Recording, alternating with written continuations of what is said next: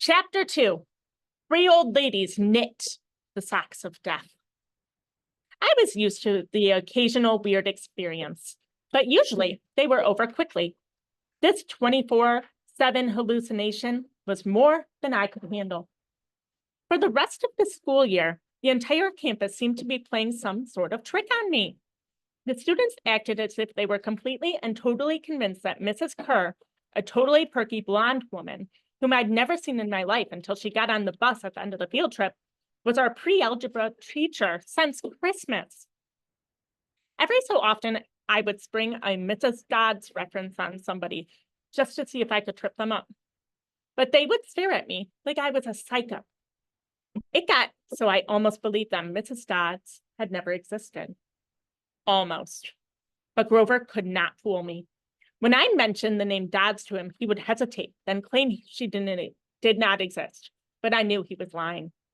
Something was going on. Something had happened in the museum. I didn't have much time to think about it during the days, but at night, visions of Mrs. Dodds with talons and leathery wings would wake me up in a cold sweat. The freak weather continued, which didn't help my mood.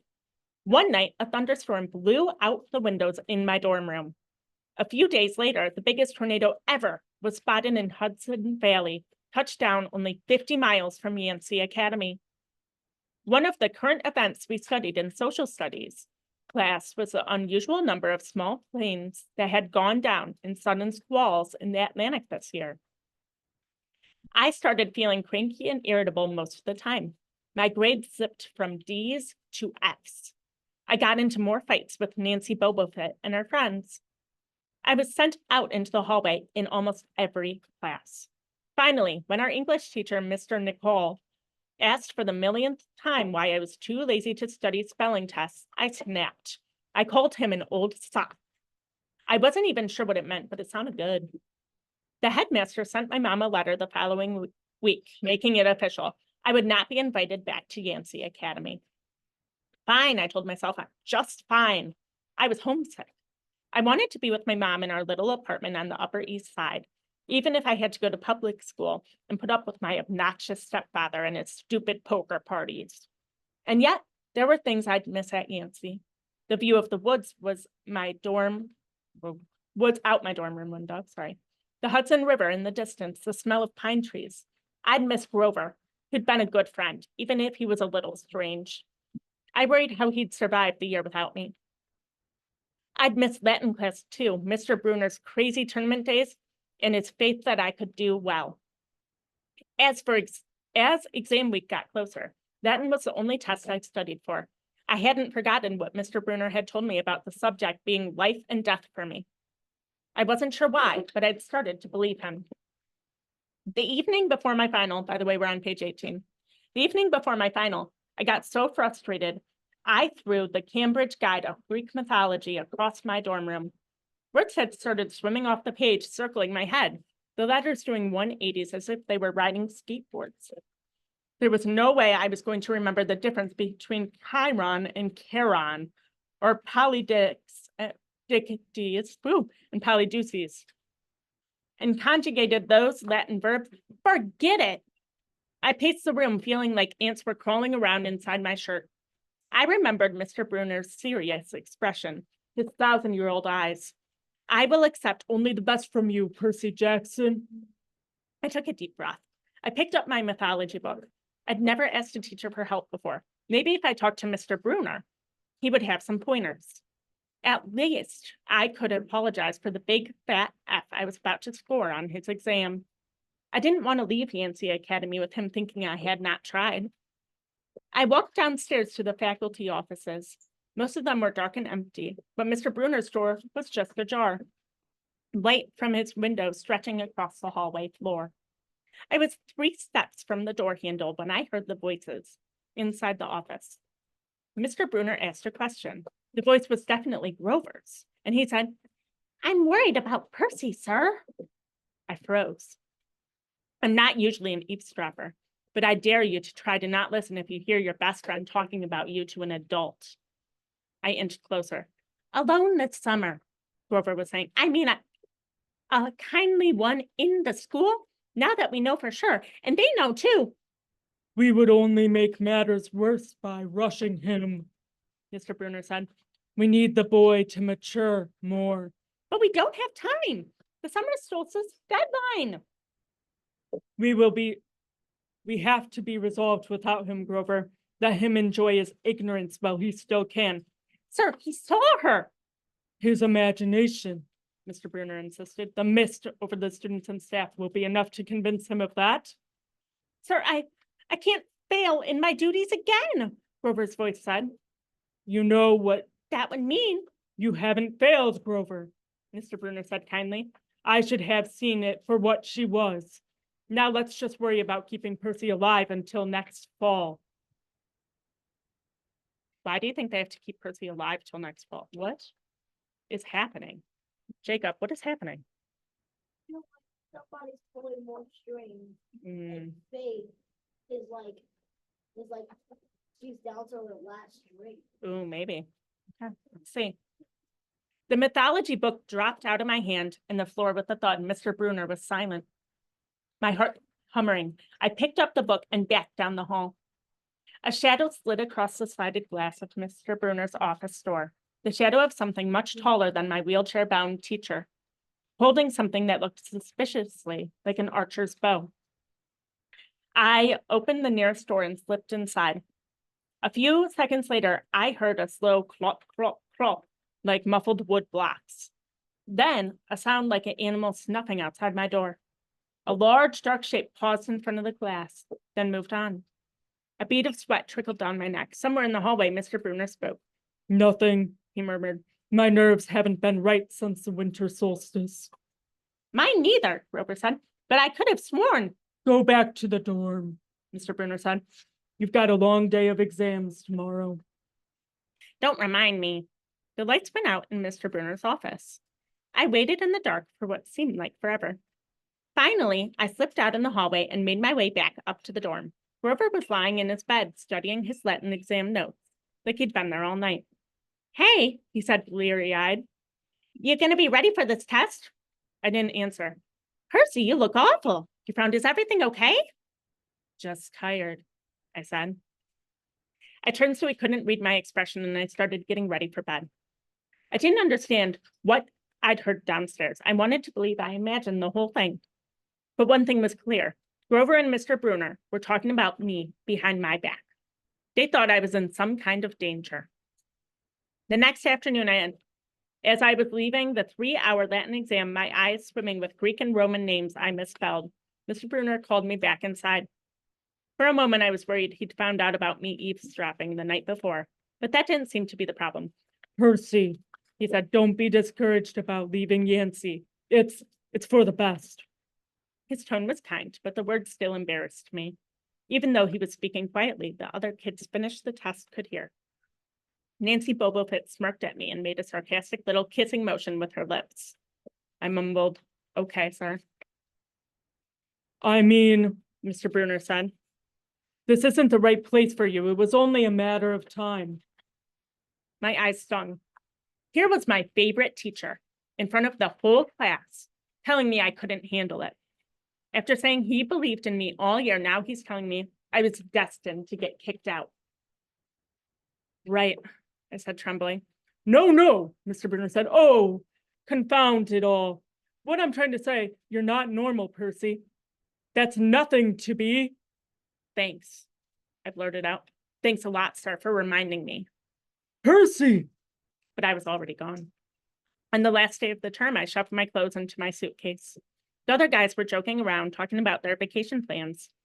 One of them was going on a hiking trip to Switzerland.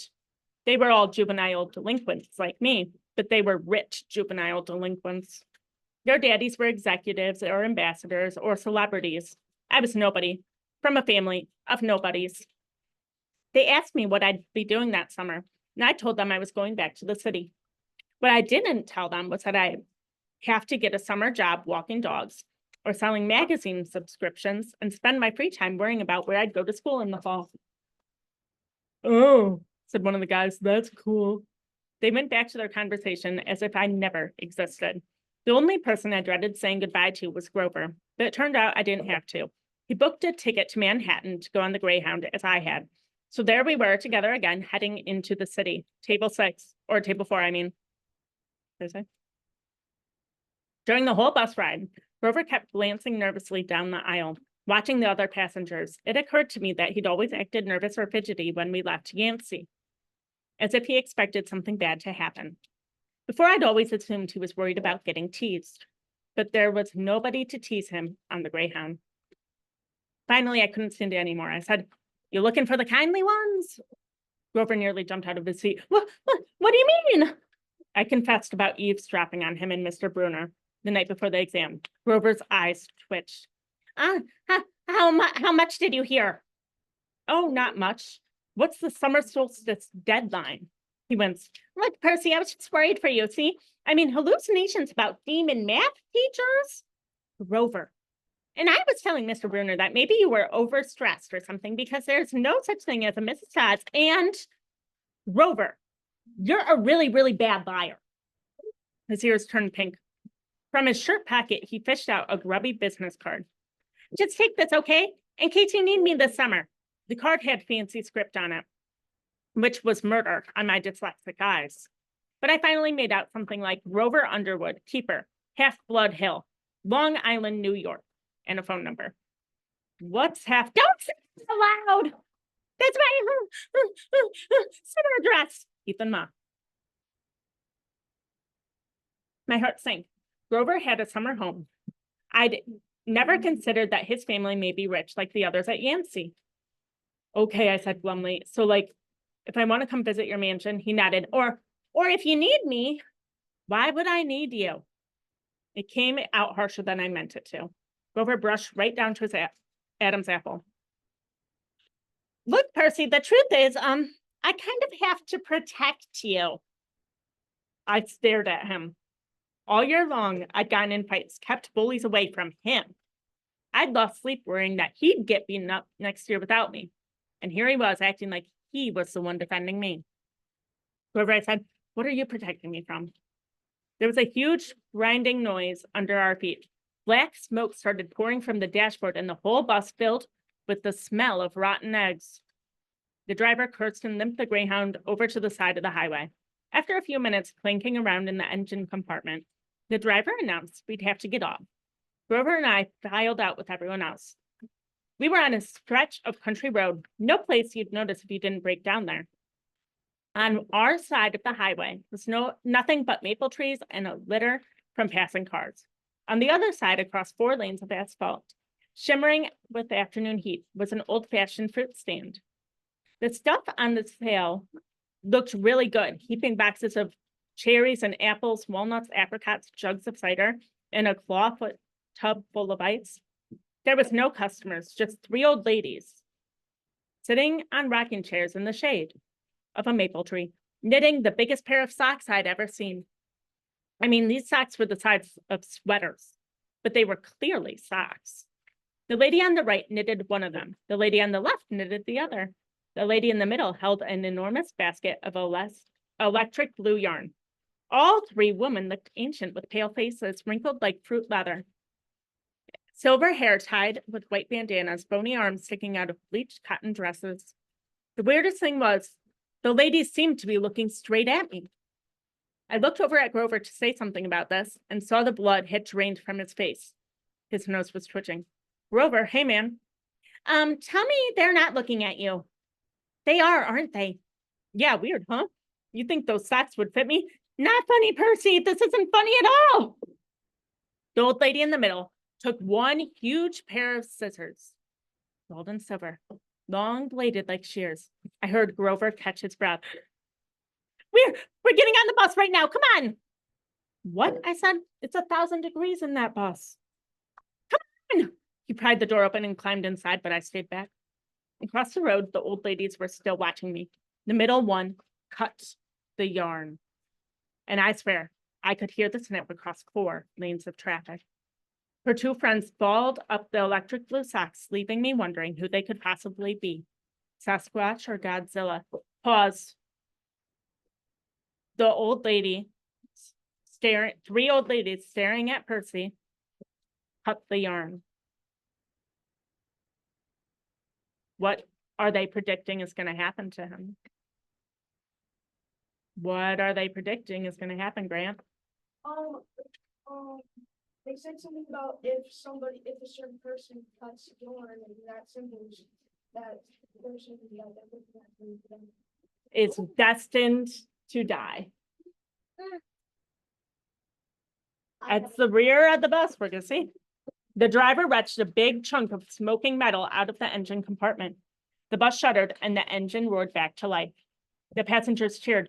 Darn right, said the bus driver. He slapped the bus with a hat. Everyone's back on board. We're good. Once we got going, I started feeling feverish, as if I caught the flu. Grover didn't look much better. He was shivering from his teeth and chattering. Grover? Yeah? What are you not telling me? He dabbed his forehead with his shirt sleeve. Percy, what did you see back at the fruit stand? You mean the old ladies? What is it about them, man? They're not like Mrs. Dodds, are they? His expression was hard to read, but I got the feeling that the fruit stand ladies were something much, much worse than Mrs. Dodds. He said, just tell me what you saw. The middle one took out her scissors and cut the yarn. He closed his eyes and made a gesture with his fingers that might have been crossing himself, but I wasn't. It was something else, someone almost older. He said, you saw her snip the cord? Yes, so? But even as I said it, I knew it was a big deal. This is not happening. This is not happening, Grover mumbled. He started chewing at his thumb. I don't want this to be like last time. What's last time? It's always in 6th grade. They never get past 6th grade. Grover, I said, because he was really starting to scare me. What are you talking about? Let me walk you home from the bus station. Promise me. This seemed like a strange request to me, but I promised he could. Is it like a superstitious thing or something, man? I asked. No answer. Grover, the snipping of the yarn. Does that mean somebody is going to die? He looked at me mournfully, like he already picked the kind of flowers he'd like best on my coffin. End of the chapter.